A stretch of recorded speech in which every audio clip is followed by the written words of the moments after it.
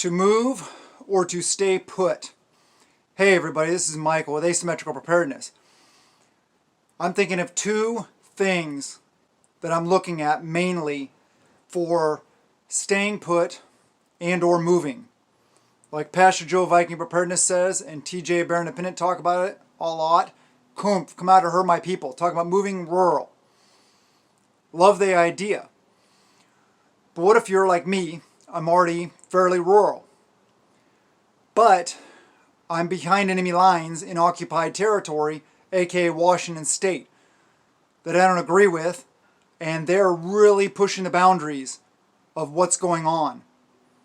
Versus living in a free state, like say maybe Idaho, Montana, Texas, Florida, Oklahoma, Arkansas, maybe Missouri. There's a lot of other states I didn't mention. Should I pick up stakes and move to a more free area that is more in alignment with my way of thinking? More in alignment with protecting and defending our freedoms and our rights? It's a good question, right? Stay put means a bunch of things you have to deal with, a way to approach preparedness, versus moving. There may be different other ways to approach preparedness. We're going to talk about these things. We're going to talk about the two main things that I'm looking at and I'm thinking about whenever I think about whether moving would be better or staying put would be better. One of the things I think of first off is I think if everybody moves, then nobody will be left to have their voices heard, to stand up, to make a difference in those areas. So it's kind of like giving up those areas. But that may not necessarily be the case. It also revolves around what direction you think our country is headed. The national divorce, the balkanization, splitting up into multiple countries, whatever may come down the line. There are advantages. I think of both, staying put and or moving to a free zone. Occupied America versus free America. I'll use those terms, just in generality.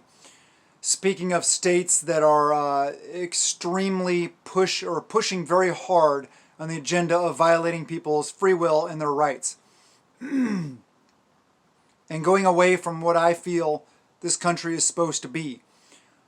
New York, California, Oregon, Washington, the coasts, big time, and some other ones mixed in. Okay, so to move, would you be in a better situation? Well, I'll tell you one thing you would have if you moved to a free state and or more rural in even an occupied state. What it does is it mainly buys you time, because if anything big does go down, there'll be more effect in the more populated areas, the bigger cities.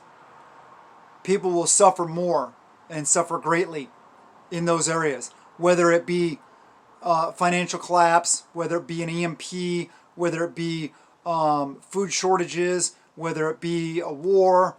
No matter what the reason is, people in urban, built up, high density population areas will suffer more. Right off the bat. Maybe people in rural areas will end up also suffering, but that's kind of down the road. So what it does give you, by being the more rural you are, or the more free state you are, and rural in that free state, is it gives you time to prepare. What am I talking about? Does it give you necessarily time to prepare more food, to get more food? No, maybe not. Because maybe the grocery store option is done, gone. Maybe the delivery option is done and gone. Maybe society's collapsed enough where you won't really be able to increase your preparedness in that method or in that along those lines. But what you will have more time to do is to set security, build defenses, build community in a security and defensive nature, build a network, set up comm plans, set up escape routes, set up bug out locations, alternate bug out locations, all that stuff. You may have more time to do that if you are rural in a free state than if you are urban in an occupied America. If you are rural in occupied America, like me, it may buy you some time, but that wouldn't be very much time. You'd have more time, say if you were in rural Ozarks of Arkansas or Oklahoma, aka where Pastor Joe and TJ are. They would probably have a lot more time to prepare for what is coming than I would. So that's one of the things I think about. And I think about along the lines of preparedness. Because of that time delay or that ability to be forewarned and to have that extra bit of time to prepare if you are in those areas or if the more rural you are, all those preparations I feel would pretty much be along the lines of defensive and security. So where I'm at, I wouldn't have as much time to set up security and defensive nature.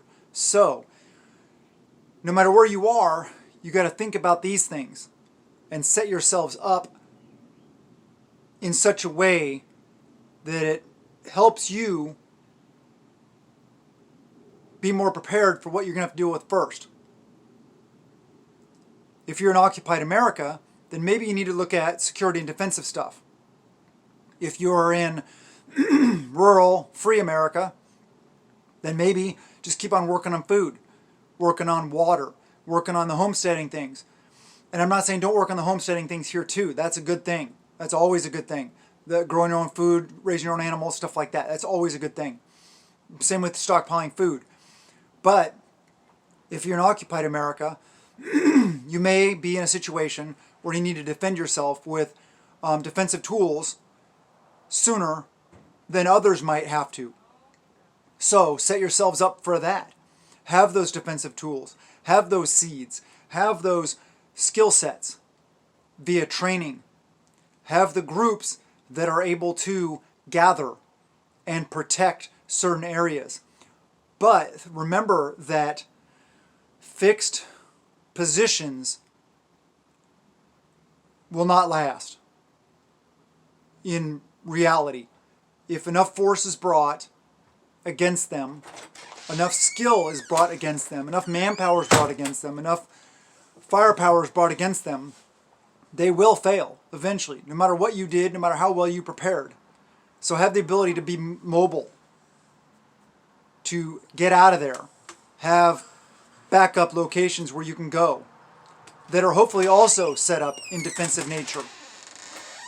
But have the ability to be mobile, be quick, and to always be shifting locations so that you cannot be found. That's something to think about. Because if you're always in the same situation, if you're always in the same location, you can be pinpointed and you can be eliminated. Whether that's roving bands of just people that are starving when SHTF happens, maybe it's like economic collapse. Or if it is more relevant, more hardcore threats, aka military contractors, mercenaries, or military forces, or law enforcement, or whatever else there is, whatever threats there are. So think about what's in your area. What would you have to deal with first? If say, a medical compliance strike team starts moving through the area, are you going to have heads up that they're coming? Are you going to be able to do something about it? Are you going to be able to get out before they show up? Are you going to be able to defend yourself if it comes to that? I mean, that's not a good situation to be in. What are you going to do if a SWAT team shows up in your doorstep because you're not in compliance with whatever? Tough choices, people. I mean, These are not easy times we're living in. That's why I'm here talking to you guys.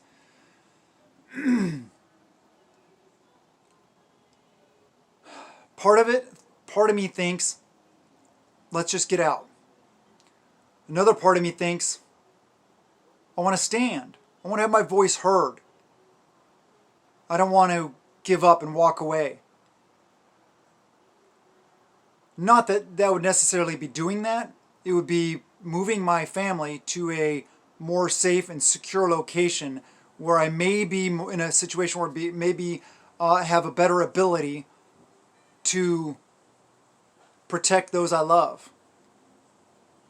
This is a deeper topic. This is a topic that, it's not all frou-frou. It's not about love and patience and, that I've been talking about lately sometimes.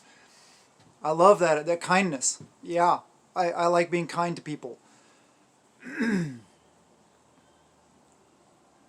So basically it comes down to, stay and fight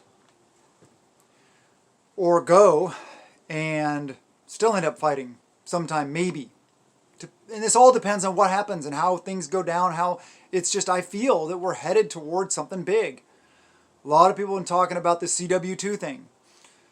Man, I hope that doesn't happen, because I'll tell you what, if we go onto full-scale conflict on our own soil, that's going to get ugly. It's going to be bad.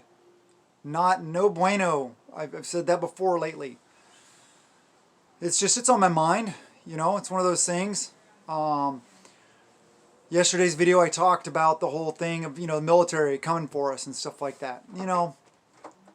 Watch that video. I explain my thoughts on that.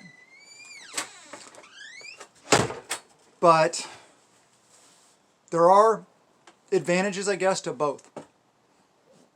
What are the advantages of staying here? Well, hopefully making a difference. Don't know. It depends on how things go down, like I said. Anyway, those are kind of some of my thoughts.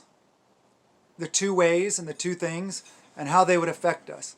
The moving to rural free America. That time delay on the security and the defensive stuff. The ability to be around maybe more like-minded people. Maybe easier in those situations to build tribe. Maybe. Versus staying put and having our voices heard. And being in a situation to make a difference, maybe even a historical difference. I have a feeling what's coming will be a major historical event in our nation, and people will read about it or maybe not read about it, depending on the outcome, for 100 years, maybe more. Like we still study the American Revolution. Maybe this will be that kind of event. It's just one of those things, just not looking good. Not trying to bring you guys down. We prepare out of peace of mind, not out of fear here. Not trying to instill fear. I'm trying to get you guys to think rationally, to make the proper decisions for yourself. Where do you want to be when it all goes to heck? Do you want that delay? Or do you want to be in the thick of it? Part of me is torn, like I said. I want to be in the thick of it. But for my family's sake, having that delay would be a good thing. So these are thoughts. These are brainstorming ideas and concepts that I hope you guys think about for yourselves. Talk about with your family. Talk about with your friends, your tribe if you have one. I hope you do. That's one thing that's difficult. If you have a good tribe like I do, it would be difficult moving away.